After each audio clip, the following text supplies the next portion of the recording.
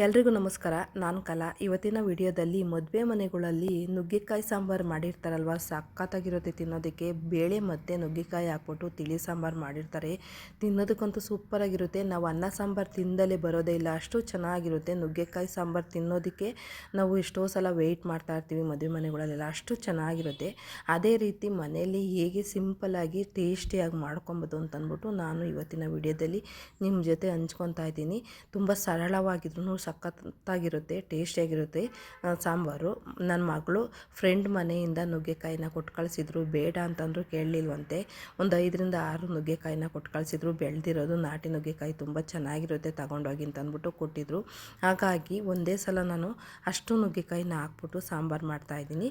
Video ಏನು ಮಾಡ್ಕೊಳೋದು ಬೇಡ ಅಂದ್ಕೊಂಡೆ, ಆಮೇಲೆ ಮತ್ತೆ ಮಾಡಬೇಕು ಅನ್ನಿಸ್ತು, ಹಾಗಾಗಿ ಮಾಡಿಬಿಟ್ಟು ತೋರಿಸ್ತಾ ಇದ್ದೀನಿ. ತಡೆಯಾಕೆ ಮಾಡೋದು, ಬನ್ನಿ ನೋಡ್ಕೊಂಬರೋಣ ಹೇಗೆ ಮಾಡೋದು ಅಂತ. 6 ನುಗ್ಗೆಕಾಯಿನ ನೋಡಿ ಈ ರೀತಿ ಎಲ್ಲ ಕಟ್ ಮಾಡಿ ಇಟ್ಕೊಂಡಿದ್ದೀನಿ. ಚೆನ್ನಾಗಿ ಎಲ್ಲನ ಸೋಸ್ಕೊಳೋ ಅವಶ್ಯಕತೆ ಏನು ಇರೋದಿಲ್ಲ ಫ್ರೆಂಡ್ಸ್. ಹೇಗಿದ್ರೂ ನಾವೆಲ್ಲನ ಇದನ್ನೆಲ್ಲ ಫುಲ್ಲು ತಿನ್ನೋದಿಲ್ವಲ್ಲ, ಒಂದು ಸ್ವಲ್ಪ ಎಲ್ಲನ ಚಿಪ್ಪಿಟ್ಟು, ಆದಷ್ಟು ಚಿಪ್ಪಿಟ್ಟು ಬಿಸಾಡೋದ್ರಿಂದ ನಾನು ತುಂಬ ನಾರೆಲ್ಲ ತೆಗ್ದಿಲ್ಲ. ಬೇಕು ಅಂದರೆ ಒಬ್ಬೊಬ್ಬರೆಲ್ಲ ನಾರೆಲ್ಲ ಜಾಸ್ತಿ ತೆಗಿತಾರೆ, ಒಬ್ಬೊಬ್ಬರು ನಾರು ಒಂದು ಸ್ವಲ್ಪನೂ ತೆಗಿದೇ ಮಾಡ್ತಾರೆ. ಇವಾಗ ನಾನು ಒಂದು ಸ್ವಲ್ಪ ಎಷ್ಟು ಬರುತ್ತೋ, ಕಟ್ ಮಾಡಿದಾಗ ಎಷ್ಟು ಬರುತ್ತೋ ಅಷ್ಟು ಹಾಕ್ಬಿಟ್ಟು ತೆಗ್ದಿದ್ದೀನಿ. ನೋಡಿ, ಈಗ ನುಗ್ಗೆಕಾಯಿನ ಒಂದು ಕುಕ್ಕರ್ಗೆ ಸೇರಿಸ್ಬಿಟ್ಟು, ಈಗ ಅವರೆಬೇಳೆ ಮತ್ತು ತೊಗರಿಬೇಳೆನ ಅರ್ಧ ಅವರೆಬೇಳೆ ಅರ್ಧ ತೊಗರಿಬೇಳೆ 50 ಗ್ರಾಮ್ ಸೇರಿಸ್ಕೊಂಡಿದ್ದೀನಿ. ಮತ್ತು ಒಂದು ಸ್ವಲ್ಪ ತರಕಾರಿನ ಹಾಕ್ಕೊಂಡಿದ್ದೀನಿ. ಬದನೆಕಾಯಿ 1, ಆಲೂಗೆಡ್ಡೆ 1, ಹಾಗೆ ಒಂದು 3ರಿಂದ 4 ಬೀನ್ಸ್ ಹಾಕ್ಕೊಂಡು 2 ಟೊಮಾಟೋನ ಸಣ್ಣದಾಗಿ ಕಟ್ ಮಾಡಿಬಿಟ್ಟು ಸೇರಿಸ್ಕೊತಾ ಇದ್ದೀನಿ. ಈಗ ಇದನ್ನು ಒಂದು ವಿಷಲ್ ಬಡಿಸ್ಕೊಂಡ್ರೆ ಸಾಕಾಗುತ್ತೆ. ಒಂದೇ ಸಲ ಕುಕ್ಕರ್ಗೆ ಹೋಗಬೇಕು, ಅಷ್ಟು ಕೂಗಿದ್ರೆ ಸಾಕಾಗುತ್ತೆ. ತುಂಬ ಜಾಸ್ತಿ ಕೂಗೋ ಅವಶ್ಯಕತೆ ಇರೋದಿಲ್ಲ, ಯಾಕೆಂದರೆ ಬೇಗ ಬೆಂದ್ಬಿಡುತ್ತೆ ನುಗ್ಗೆಕಾಯಿ ಮತ್ತು ಬೇಳೆ ಎಲ್ಲ. ಜಾಸ್ತಿ ತರಕಾರಿ ಎಲ್ಲ ಹಾಕಿರೋದಿಲ್ವಲ್ಲ, ಹಾಗಾಗಿ 1ರಿಂದ 2 ಸಲ ಕೂಗಿಸ್ಕೊಂಡ್ರೆ ಸಾಕಾಗುತ್ತೆ.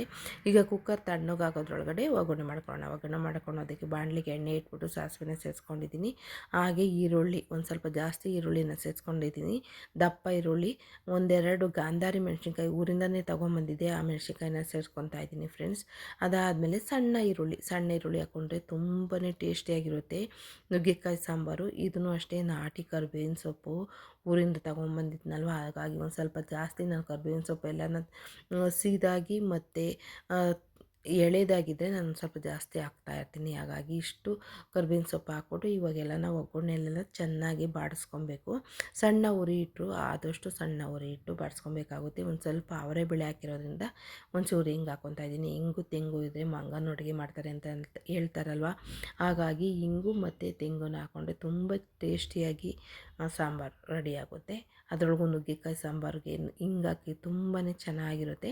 ನೋಡಿ, ಈಗ ಒಗ್ಗರಣೆ ಎಲ್ಲ ಚೆನ್ನಾಗಿ ಒಂದು ಸ್ವಲ್ಪ ಬಾಡಿಸ್ಕೊಂಡಿದ್ದೀನಿ. ಇಷ್ಟು ಬಾಡಿಸ್ಕೊಂಡ್ರೆ ಸಾಕಾಗುತ್ತೆ. ಆದಷ್ಟು ಸಣ್ಣ ಉರಿಯಲ್ಲಿ ಈರುಳ್ಳಿ ಎಲ್ಲ ಚೆನ್ನಾಗಿ ಬೆಂದರೆ ತುಂಬಾ ಚೆನ್ನಾಗಿರುತ್ತೆ. ನಾನು ಒಂದೇ ಸಲ ಒಗ್ಗರಣೆ ಮಾಡ್ಕೊಂಡಿದ್ದೀನಿ ಸಾಂಬಾರಿಗೆ, ಮತ್ತು ನಾವು ಮಿಕ್ಸಿ ಜಾರ್ಗೆ ಹಾಕ್ಕೊಳೋದಕ್ಕೆ ಮಿಕ್ಸಿಗೂ ಅಷ್ಟೇ ಒಂದೇ ಸಲನ ಒಗ್ಗರಣೆ ಮಾಡ್ಕೊಂಡಿರೋದ್ರಿಂದ ಇಷ್ಟು ಒಗ್ಗರಣೆ ಮಾಡ್ಕೊಂಡಿರೋದು. ಈಗ ಒಂದು ಅರ್ಧ ಒಗ್ಗರಣೆನ ಮಿಕ್ಸಿ ಜಾರ್ಗೆ ಎತ್ತಿಟ್ಕೊಳ್ತಾ ಇದ್ದೀನಿ.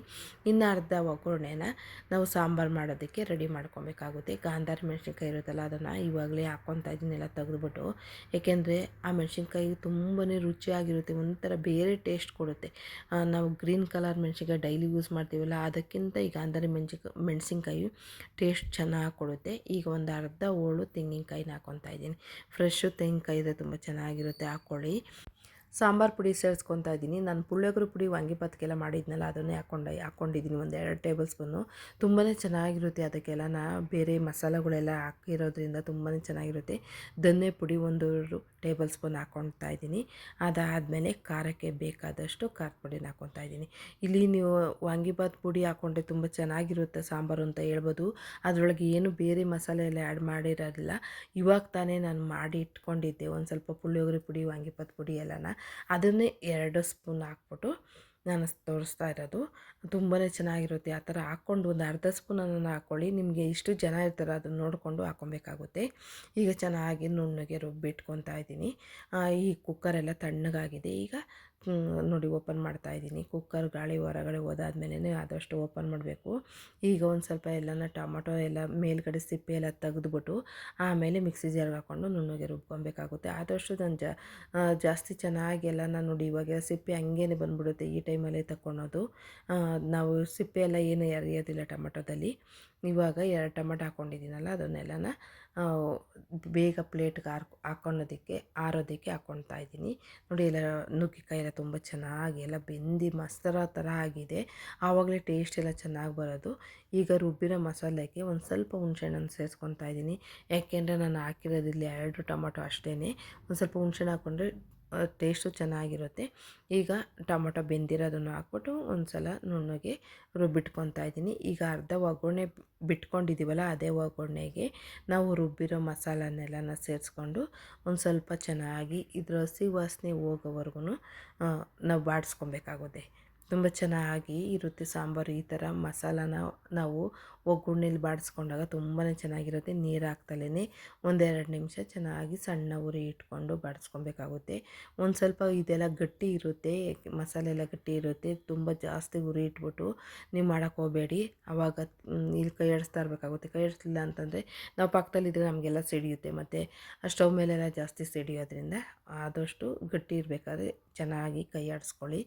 ಈಗ ಮಸಾಲೆ ಎಲ್ಲನ ಚೆನ್ನಾಗೆಲ್ಲ ಫ್ರೈ ಆದಮೇಲೆ ನಾವು ಹಾಕಿರೋಂಥ ನುಗ್ಗೆಕಾಯಿ ಬೇಯಿಸ್ಕೊಂಡಿದ್ವಲ್ಲ ಅದನ್ನು ಹಾಕ್ಕೊಂಡು ಮಸಾಲೆನ ಮಿಕ್ಸಿ ಜಾರನ್ನೆಲ್ಲ ತೊಳೆದ್ಬಿಟ್ಟು ಹಾಕ್ಕೊಂಡು ರುಚಿಗೆ ತಕ್ಕಷ್ಟು ಉಪ್ಪನ್ನು ಸೇರಿಸ್ಕೊತಾ ಇದ್ದೀನಿ. ಈಗ ಒಂದು ಕುದಿದ್ರೆ ತುಂಬ ಚೆನ್ನಾಗಿ ನಾವು ನುಗ್ಗೆಕಾಯಿ ಸಾಂಬಾರನ್ನ ರೆಡಿ ಮಾಡ್ಕೊಬೋದು. ನೋಡಿದ್ರಲ್ಲ ಫ್ರೆಂಡ್ಸ್, ಇಷ್ಟು ಈಸಿಯಾಗಿ ನಾವು ನುಗ್ಗೆಕಾಯಿ ಸಾಂಬಾರನ್ನ ಮಾಡ್ಕೊಬೋದು ಅಂತ ಅಂದ್ಬಿಟ್ಟು ನಾನು ಸಿಂಪಲಾಗಿ ತೋರಿಸ್ಕೊಟ್ಟಿದ್ದೀನಿ. ಈ ವಿಡಿಯೋ ನಿಮ್ಮೆಲ್ಲರಿಗೂ ಇಷ್ಟ ಆಗಿದೆ ಅಂತ ನಾನು ತಿಳ್ಕೊತೀನಿ. ಇಷ್ಟ ಆಗಿದ್ದರೆ ಈ ವಿಡಿಯೋಕ್ಕೊಂದು ಲೈಕ್ ಕೊಡಿ. ಹಾಗೆ ನಿಮ್ಗೆ ಗೊತ್ತಿರೋರಿಗೆ, ನಿಮ್ಮ ಹಿತೈಷಿಗಳಿಗೆ, ಹಾಗೆ ಬ್ಯಾಚುಲರ್ಗಳಿಗೆ ಜಾಸ್ತಿ ತರಕಾರಿ ಎಲ್ಲ ಏನು ಹಾಕಿರೋದಿಲ್ವಲ್ಲ ಅವ್ರಿಗೆಲ್ಲ ಈ ವಿಡಿಯೋನ ಶೇರ್ ಮಾಡಿ. ತುಂಬಾ ಚೆನ್ನಾಗಿರುತ್ತೆ. ಬಟ್ರ್ ಸ್ಟೈಲಲ್ಲಿ ಇರುತ್ತೆ, ಅಷ್ಟು ಚೆನ್ನಾಗಿರುತ್ತೆ. ಯಾಕೆ ಅಂತಂದರೆ ನಾನು ಇಲ್ಲಿ ಒಂದು ಸ್ವಲ್ಪ ಪುಳಿಯೋಗರೆ ಪುಡಿ, ಮನೆಯಲ್ಲೇ ಮಾಡಿರೋ ಪುಳಿಯೋಗರೆ ಪುಡಿನ ಹಾಕಿರೋದ್ರಿಂದ ಆ ಟೇಸ್ಟೇ ಬೇರೆ.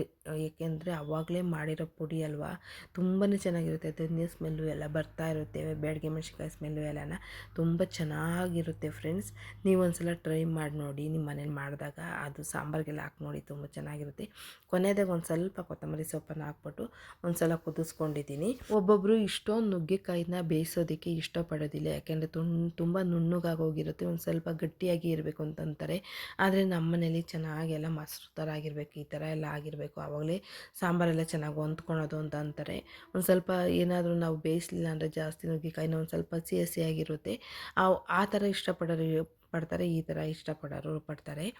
ನೋಡಿ, ನಾನಿವತ್ತು ಈ ಥರ ಚೆನ್ನಾಗೆಲ್ಲ ನುಣ್ಣಗೆ 1-2 ಸಲ ಕೂಗಿಸಿದ್ದೀನಿ ಕುಕ್ಕರಲ್ಲಿ. ಕೂಗಿಸ್ಬಿಟ್ಟೇ ನುಗ್ಗೆಕಾಯಿ ಸಾಂಬಾರನ್ನ ಮಾಡಿರೋದು. ತುಂಬ ಚೆನ್ನಾಗಿರುತ್ತೆ. ಭಟ್ರು ಸ್ಟೈಲಲ್ಲಿ ನಮ್ಮ ಮದುವೆ ಮನೇಲೆಲ್ಲ ಯಾವ ರೀತಿ ಇರುತ್ತೋ ಅದೇ ರೀತಿ ಇರುತ್ತೆ. ಅದರೊಳಗೂ ನುಗ್ಗೆಕಾಯಿ ಜಾಸ್ತಿ ಹಾಕಿರೋದ್ರಿಂದ ತುಂಬಾ ಚೆನ್ನಾಗಿರುತ್ತೆ ಫ್ರೆಂಡ್ಸ್. ನಾನು ಮಾಡಿರೋ ವಿಡಿಯೋ ನಿಮ್ಗೆ ಇಷ್ಟ ಆಗಿದ್ರೆ ಒಂದು ಸಲ ನಿಮ್ಮ ಮನೇಲೂ ಒಂದು ಸಲ ಟ್ರೈ ಮಾಡಿ ನೋಡಿ ಹೇಗಿರುತ್ತೆ ಸಾಂಬಾರು ಅಂತಂದ್ಬಿಟ್ಟು. ನೀವು ಮಾಡಿ ತಿಂದಾಗಲೇ ಗೊತ್ತಾಗೋದು, ನಾವು ಹೇಳಿದ್ರೆ ಅಷ್ಟು ಗೊತ್ತಾಗೋದಿಲ್ಲ. ಇವತ್ತಿನ ವಿಡಿಯೋ ನಿಮ್ಮೆಲ್ಲರಿಗೂ ಇಷ್ಟ ಆಗಿದೆ ಅಂತ ನಾನು ತಿಳ್ಕೊಂಡು ಈ ವಿಡಿಯೋನ ನಾನು ಇಲ್ಲಿಗೆ ಎಂಡ್ ಮಾಡ್ತಾಯಿದ್ದೀನಿ.